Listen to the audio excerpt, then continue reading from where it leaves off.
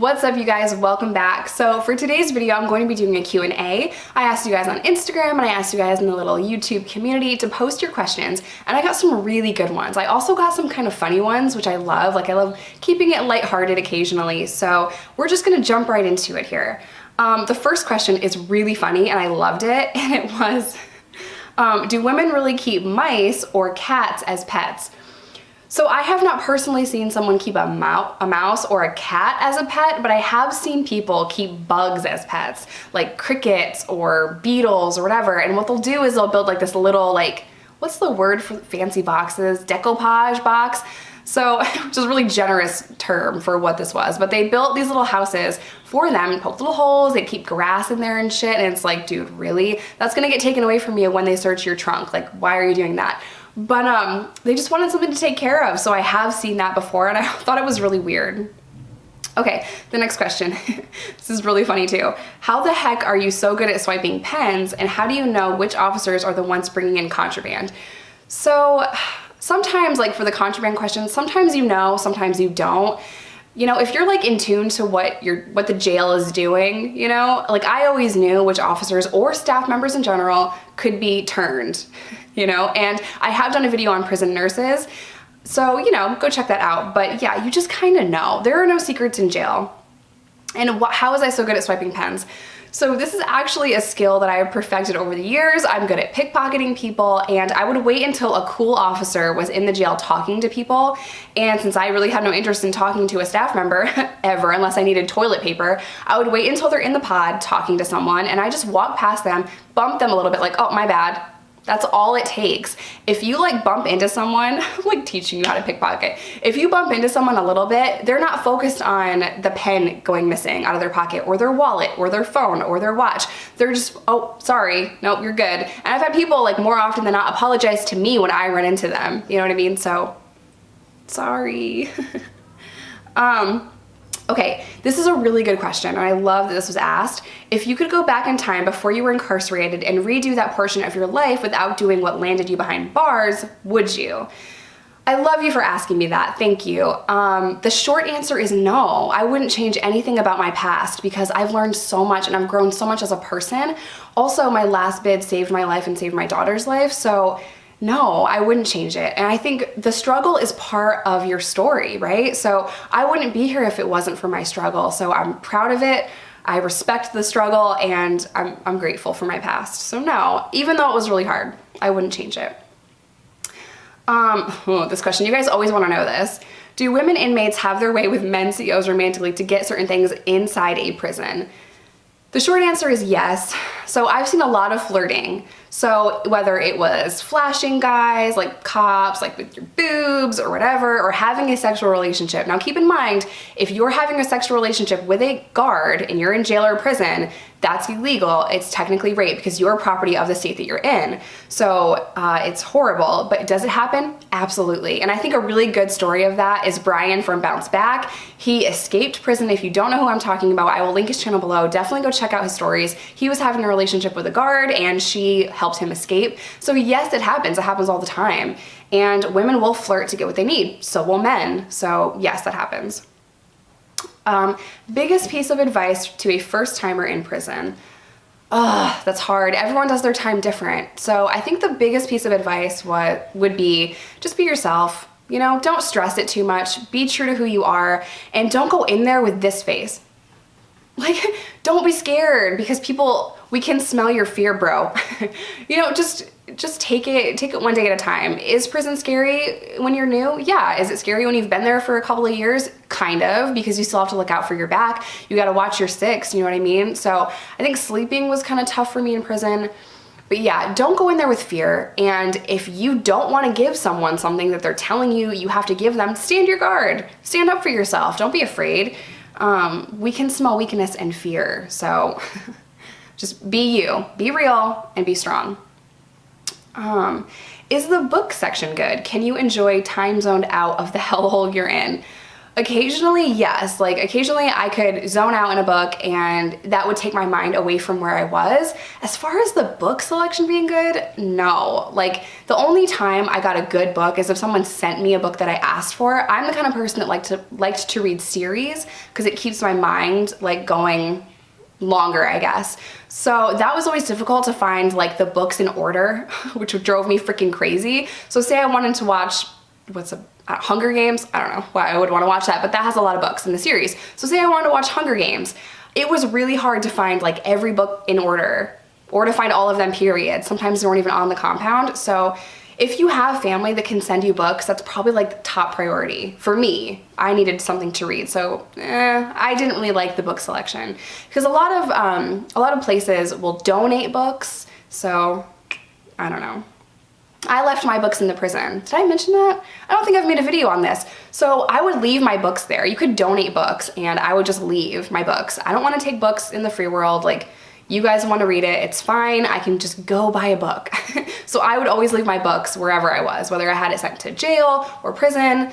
Some prisons won't let you leave books. Some prisons want you to take them. Other prisons will let you leave them there to donate. Okay, what kind of skills or training do they teach female prisoners to do when they are released? Do they have welding in a female prison? So again, this is my experience. I can't speak for every facility and every part of the world, but for me, I never had job training. I never was able to weld. I never got the opportunity to do work release. So for example, the last place I was at, there was probably 3,500 inmates and 50 of them could get work release. 50 out of 3,000. So no. Short answer is no, I never had job training. And even the classes that we had were just like, oh, everyone's here, check, checkity, check, check, check. Okay, no inmates are missing, go about your life, just mingle. Or they'd like read us like some bullshit quotes off the internet and I just thought like, this isn't helping me. Or some classes would make you do worksheets about how bad of a person you are. Maybe I'm being dramatic, but like I never felt like those classes were helping me. So I took a parenting class one time and that was literally like an NA meeting, but like everyone's sitting around talking about how they messed up as a parent. And I'm like, can I just get like diaper advice? Like, can you tell me how to change a diaper? Because I didn't know, you guys. I'd never changed a diaper in my life. So I'm like, these are skills I need, right? Like, can you teach me how to do these things? Or like, how do you check the milk hotness? Like, how do you set up a stroller? How do you build a crib? Can you like teach me something I'm gonna need to know? Never had that kind of things. Like, what kind of mom do you want to be? I'm like, a good one? Okay, great. What kind of mom do you want? I'm like, really? Like the kid from Bad Teacher? You know what I mean? Like what are you talking about? No. So obviously I never got anything out of prison classes. Okay, what else do we have here? What types of things did you or other women do for fun or entertainment? Fun or entertainment. I know a lot of people would do art. I also saw some really good like origami, which I thought was fascinating. I mean, I didn't have the patience to sit there and mess with paper, but I would see some amazing things, like amazing art. Women would also do makeup to kind of keep themselves busy and like, you know what I mean? Try to feel pretty. What other things? There's TV, and that's kind of a generous term. TV sucks, and a lot of the facilities I've been at, you need a radio to even listen to the TV, and it's like basic cable, like Crack Shack Hotel basic cable. So, you know, or read, write letters, talk on the phone, cook. That's kind of all you can do. You know, you can't like go outside or play games. Oh, there was dominoes. I've been to a lot of facilities that will not let you have cards, like a deck of cards, which is stupid, but I'm a bet on some dominoes. I'm really good at dominoes, and this is funny. I think I've mentioned this before. So Reese's family plays dominoes. They play chicken foot, and I love it. And they're normal people that have never been to prison, and they like lay their dominoes on the table. No, not me. I take this game serious, and I hold the dominoes in my hand, and I swear, even though I've been doing that for like 5 years in his family, they're like, you can put the dominoes down. Like, it's not that serious. But no, Reese will cheat, and I have to win, so. What kind of counseling and other programs were available to inmates? Were they mandatory and did they help? Really good question. So, counseling. You could go to mental health if you need to talk to someone. And when you're like brand new and you just get out of intake and you watch the Priya video, they'll be like, are you suicidal? Are you depressed? Blah, blah, blah. They do like your intake counseling, you know? They introduce themselves and they say, you can come talk to me whenever. whenever means we're gonna wait a few weeks and then maybe get you in. So you can sign up to go get counseling, which is kind of a generous term for what's wrong with you, suck it up. Or if you say you're suicidal, they'll put you in like a suicide suit in isolation by yourself and watch you for like 24 to 72 hours, depending on the facility, and they'll make sure that you don't try to kill yourself, which makes you want to kill yourself. It's ridiculous. Isolation is horrible. But that's how they handle it, because their main priority is to keep all inmates safe.